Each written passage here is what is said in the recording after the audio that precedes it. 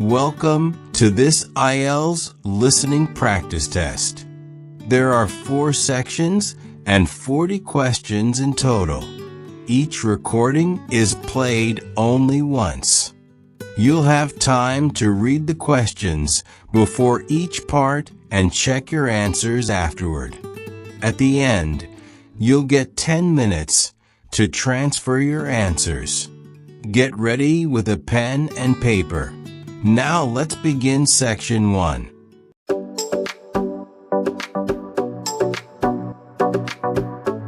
Section 1. You will hear a man who runs a recruitment agency talking to a young woman looking for a job. First, you have some time to look at questions 1 to 6. Pause the recording for 30 seconds.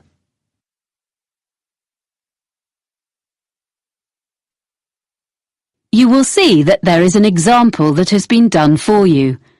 On this occasion only, the conversation relating to this will be played first. Hello, Edwina, is it? Have a seat. Yes, Edwina. Thanks. I'm looking for a job as a nanny. I like working with children. I talked to you yesterday. Oh, yes. Well, we covered most of the ground on the phone yesterday. I've got a form I need to complete for my records. So, you're Edwina Riley, and how should we contact you? The woman's name is Edwina Riley, so Riley has been written in the space. Now we shall begin. You should answer the questions as you listen, because you will not hear the recording a second time. Listen carefully and answer questions 1 to 6. Hello, Edwina, is it? Have a seat. Yes, Edwina. Thanks. I'm looking for a job as a nanny. I like working with children. I talked to you yesterday. Oh, yes. Well, we covered most of the ground on the phone yesterday. I've got a form I need to complete for my records. So, you're Edwina Riley, and how should we contact you? By email. I check it regularly. What's the address? It's Edwina, like my name, then R-I, the first 2 letters of my surname, at worldnet.com. EDWINARI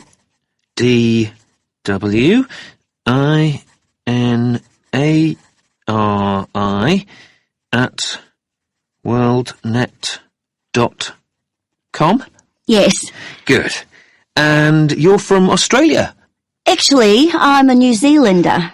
Oh, I'm sorry. I bet it's really irritating being told you're an Australian. Like Canadians being asked what part of the States they're from. I'm used to it.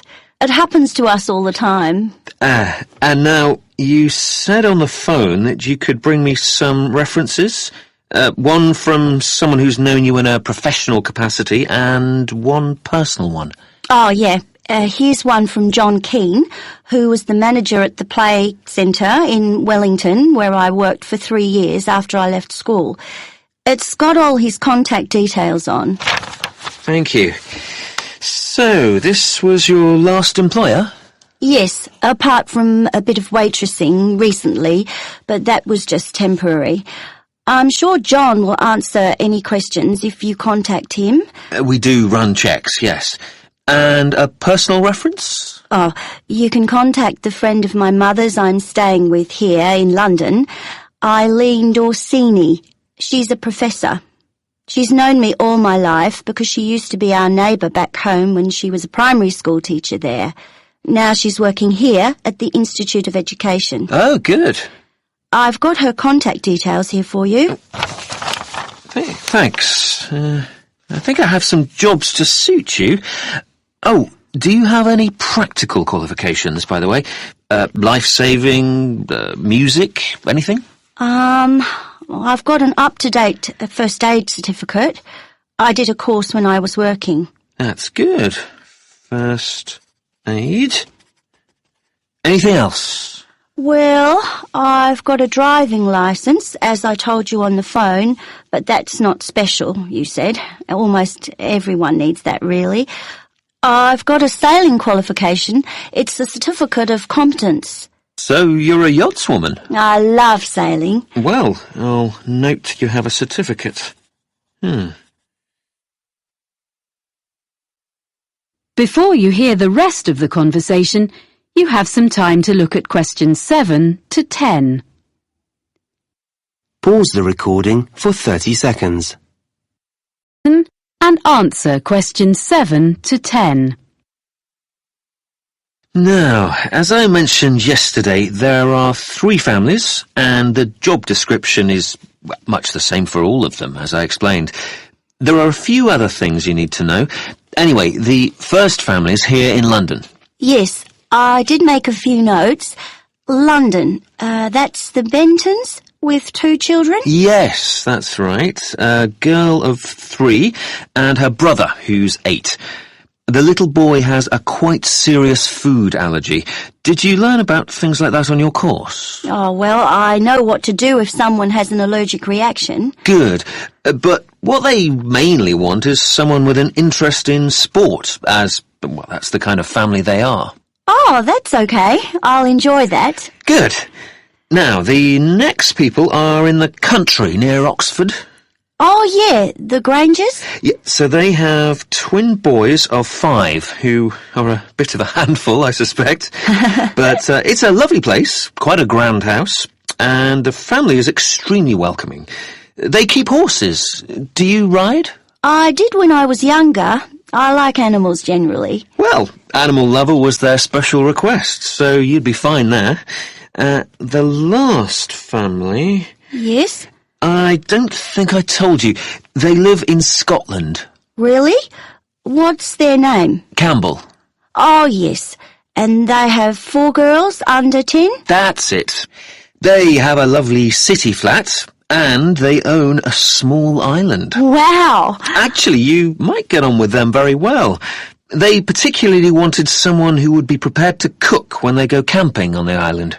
Camping would really suit me, and I'm used to taking my turn doing the food, but it is a long way from London. Yeah, well, you can think about it. Then, as soon as I've checked your references, we can arrange for you to talk to all of the families. Right. Thanks very much. Thank you. I'll email you as soon as I can. That is the end of section 1. You now have half a minute to check your answers.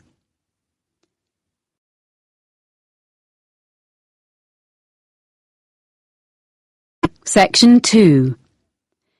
You will hear a woman talking to a group of people who are looking round a sports and leisure centre. First, you have some time to look at questions 11 to 14. Pause the recording for 30 seconds.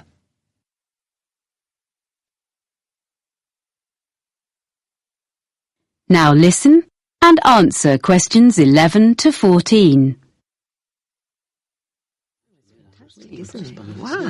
Ladies and gentlemen, I'm very pleased to be able to welcome you to Cityscope, our lovely modern sports and leisure facility. I've brought you up to the rooftop cafe on top of the stadium so that you can enjoy the view while I explain briefly what we have here and point out to you the major features of the site. Then we'll go round and have a look at ground level. Oh, that'd be interesting. I'm glad. We're extremely proud of this new facility. You see, when the project was first discussed, we expected that a multinational company would give us half our funding, and the central government grant would make up most of the rest, with a smaller contribution from local business. Well, we'd got quite far into the planning stage when the multinational pulled out, and both central and local government decided they couldn't afford anything. So, we ended up with a beautiful project, a small amount of sponsorship promised by local organisations, and nothing else. We thought we'd never build it. But at the last moment, we had an amazing donation of several £million from a national transport company. And that got us going again. And we managed to get all the rest from local fundraising. There's hardly a street in the city that hasn't made its contribution one way or another. So there's a true sense of local ownership here. So, this is what we got. We wanted a new stadium because the 1950s football stadium is on the other side of town and is shortly due to be pulled down and built over. This site was the old airport, with some playing fields on one side of it and a few buildings from the 1930s when the airfield first opened. So, we were able to plan a new stadium with plenty of room for all the things people wanted. The playing fields have been upgraded and refenced, so they are now a set of top-quality outdoor pitches for amateur football, hockey and so on. We have both sports and other entertainments here. We want to encourage all kinds of people onto the site and hope some of them may come to use the cinema or the cafe and end up trying the fitness centre. These are all grouped together. The cafe is in the original 1930s passenger hall, and the architects have managed to retain some of the elegant style of the building. The other buildings, like the control tower, which would have made a great feature, and the aircraft hangars, which we had hoped might house the fitness centre, were unfortunately not structurally sound enough to preserve. So, everything else is newly built, opened in 2010. Before you hear the rest of the talk, you have some time to look at questions 15 to 20. Pause the recording for 30 seconds. Now listen and answer questions 15 to 20. Right. Now, if you'd like to gather a little closer to the window, I'll point out the various buildings. Very nice. We're at the highest point of the stadium here in the rooftop cafe, on the opposite side to the main entrance doors. On our left, you can see two buildings just beyond the end of the stadium. The closest one is the business centre, used for meetings and conferences and so on, which provides a good source of revenue for the upkeep of the sports facilities. And next to the business centre, the bigger building is the hotel, which is rented from us by an independent company. As you see, they are served by the perimeter road, which runs round 3/4 of the site. Now, coming round to the front of the building, immediately in front of the entrance, that circular open space at the end of the road is the transport hub. From here, there are buses and a monorail link to the free car park, about 10 minutes from here, but you can't see that. There's also a large secure cycle park. Oh, and disabled parking, of course. People find it's very convenient and it keeps the site virtually car-free. Okay, now if you look as far as you can over to the right, beyond the buildings, you can see our outdoor pitches, which I mentioned earlier. Between the pitches and the entrance is a little kind of pedestrian plaza. Are you with me? Okay, with the cinema in the building furthest away from us, next to the pitches. Then there's the 10-pin bowling between the cinema and the road. Near the far end of the perimeter road, and between the mini roundabout and the pitches, there's our fitness centre, with all kinds of equipment and a small pool, and changing rooms for teams using the pitches. Then, joined onto the stadium, next to the entrance, is a range of small shops, which all specialise in sports equipment, clothes, shoes. They sell toys and so on as well, all that sort of thing. They seem to be doing well. As you see, the service road goes right round, but we keep the traffic and the pedestrians well apart. So it's all very relaxed round the plaza, popular with families. And just in front of the bowling is our lovely restaurant. You can see it from here. It's that building on the plaza between us and the bowling. It's open all day and in the evenings. There's quite a queue there at weekends, I'm pleased to say. So, now you've got the layout, we can go and have a closer look at everything. Oh, that's good. That is the end of section 2. You now have half a minute to check your answers.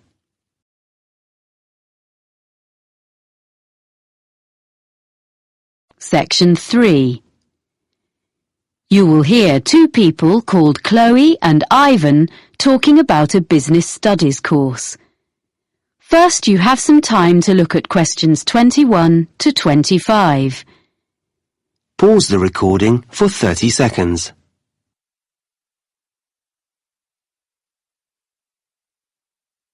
Now listen carefully and answer questions 21 to 25. Oh, hi, Ivan. Oh, hi, Chloe. I'm glad I bumped into you because I've been looking at this prospectus about courses at the university. I'm thinking of doing a business studies degree. Isn't that what you're doing? Yes, I'm about to start my 3rd year. I think you'd enjoy it. Is there something on the course that you're not sure about? Well, you know I've been working for a publisher for the last 4 years as a production assistant. That will be really valuable experience because a lot of people go to university straight from school and don't have that kind of background. Yeah, I know.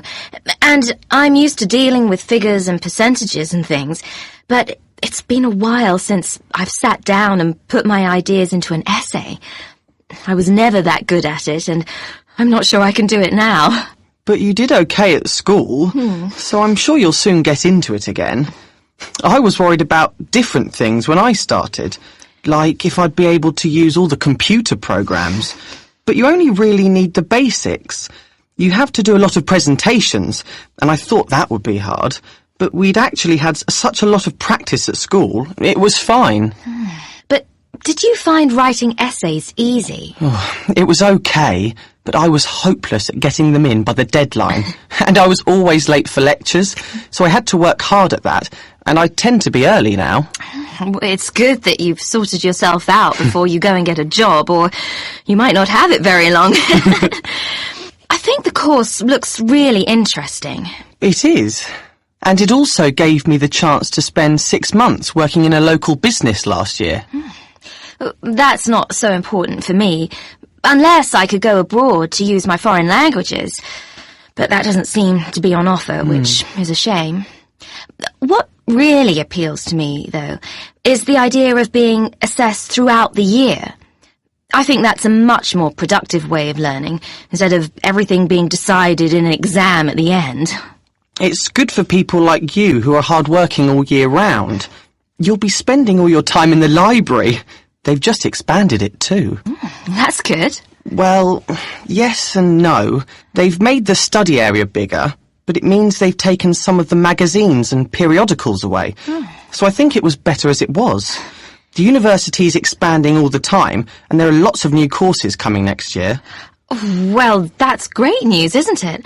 It means the college will have a better reputation, as more people will hear about it. So that's good for us. I agree, but they really need to add more lecture rooms, as we often have lectures in tiny rooms. Well, you obviously think overall it's a good place to do a degree. I should probably go and have a look round. Well, it's holidays now, and there's not much going on there. Oh, so it's probably not worth going in now. But you could email my tutor. I know he'd be happy to answer any questions. I can give you his email address. I looked at quite a lot of other universities and read loads of prospectuses, but I thought this one was the best. Before you hear the rest of the conversation, you have some time to look at questions 26 to 30. Pause the recording for 30 seconds. and answer questions 26 to 30. I was a bit unsure about all the different subjects you can choose on this course. Well, I can tell you a bit about them. There are some subjects you have to do, and some that you can choose. The most interesting course I've done is public relations. From what I've read, it doesn't look very demanding. Some of it is really just common sense. But it will be really useful if you want to go into marketing or advertising. That's true. But I need to find out a bit more about it first before I decide if it will really help me. It's difficult to tell from the prospectus. But you are interested in marketing? Oh, yes. Well, you can choose a marketing course. I wasn't very impressed with that course, actually. The tutor didn't make it very interesting. It's good to put on your CV that you've done a marketing course, though. So that would be a definite for me, and maybe I'd get a different tutor. What other courses did you choose? I'm doing taxation, as I was thinking of training to be an accountant, but I'm not sure now. Oh, that will be a good option for me, because I enjoy working with figures. Although I don't want to be an accountant, it'll be good to have an understanding of taxation, especially if I ever run my own business. Then there's the most popular course, which is human resources, and a lot of people seem to get jobs in that field. My friend works in human resources, and she's really good at it. But I don't think I've got the right personality, so I'd give that one a miss. I'm more interested in how businesses actually work, the structure. That's a compulsory course, the structure of business. Oh. But you might find information systems helpful. Is that kind of computer programs? Some of it is, but also databases, project management, and other things. Oh, this sounds useful. But I'll have to look at some of the other possibilities first. You know, Ivan, this course sounds as though it would suit me. I'm going to apply. Great! If there's anything else you want to ask me, you've got my number. Thanks. That is the end of section 3. You now have half a minute to check your answers.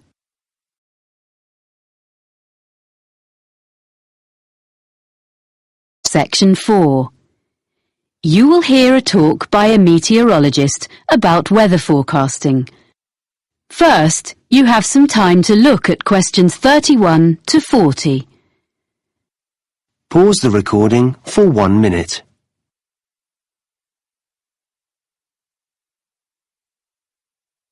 Now listen carefully and answer questions 31 to 40. I work for the National Weather Service, and as part of your course on weather patterns, I've been asked to talk to you about how we predict the weather. We're so used to switching on our TVs and getting an up-to-date weather forecast at any time of day or night that we probably forget that this level of sophistication has only been achieved in the last few decades, and weather forecasting is actually an ancient art. So I want to start by looking back into history. The earliest weather forecasts appeared in the 1500s in almanacs, which were lists of information produced every year. Their predictions relied heavily on making links between the weather and where the planets were in the sky on certain days. In addition, predictions were often based on information, like if the fourth night after a new moon was clear, good weather was expected to follow. But once basic weather instruments were invented, things slowly started to change.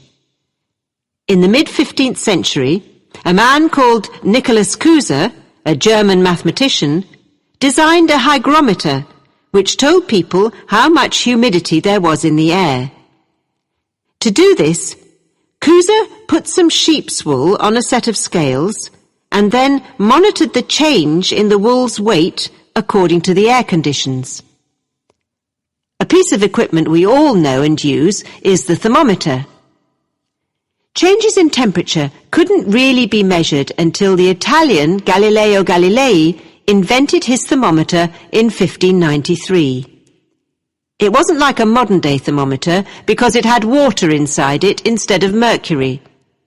In fact, it wasn't until 1714 that Gabriel Fahrenheit invented the first mercury thermometer.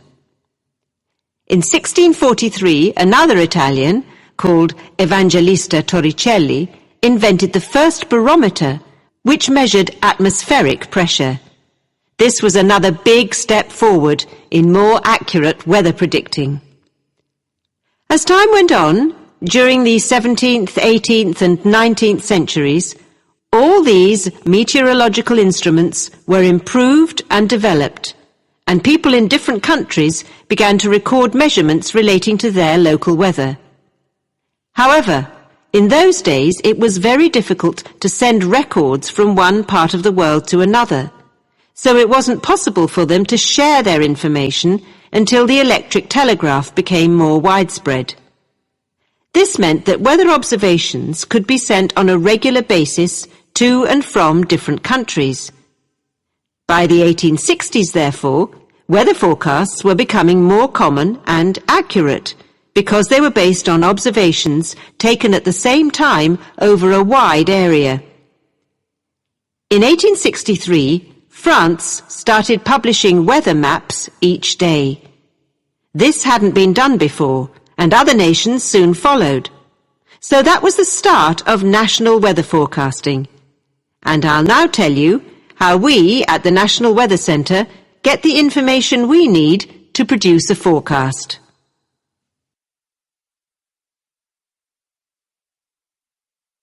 Even today, one of the most important methods we use is observations, which tell us what the weather is doing right now. Observation reports are sent automatically from equipment at a number of weather stations in different parts of the country. They are nearly all based at airports, although a few are in urban centres. The equipment senses temperature, humidity, pressure, and wind speed direction. Meteorologists also rely really heavily on satellites, which send images to our computer screens. What we see on our screens is bright colours. Orange represents dry air, and bright blue shows moisture levels in the atmosphere. The satellites are located 22,000 miles above the surface of the Earth, and it's amazing that despite that distance, it's possible for us to make out an individual cloud and follow it as it moves across the landscape. In addition to collecting data from the ground, we need to know what's happening in the upper levels of the atmosphere. So a couple of times a day, from many sites across the country, we send radio sondes into the air. A radio sonde is a box containing a package of equipment, and it hangs from a balloon which is filled with gas. Data is transmitted back to the weather station. Finally, radar. This was first used over 150 years ago and still is. New advances are being made all the time, and it is one method for detecting and monitoring the progress of hurricanes. Crucial information is shown by different colours representing speed and direction. Radar is also used by aircraft, of course. All this information from different sources is put into computer models, which are like massive computer programs. Sometimes they all give us the same story, and sometimes we have to use our own experience to decide which is showing the most accurate forecast, which we then pass on to you. So, I hope next time you watch the weather forecast, you'll think about how we meteorologists spend our time. And maybe I've persuaded some of you to study meteorology in more depth. That is the end of section 4. You now have half a minute to check your answers.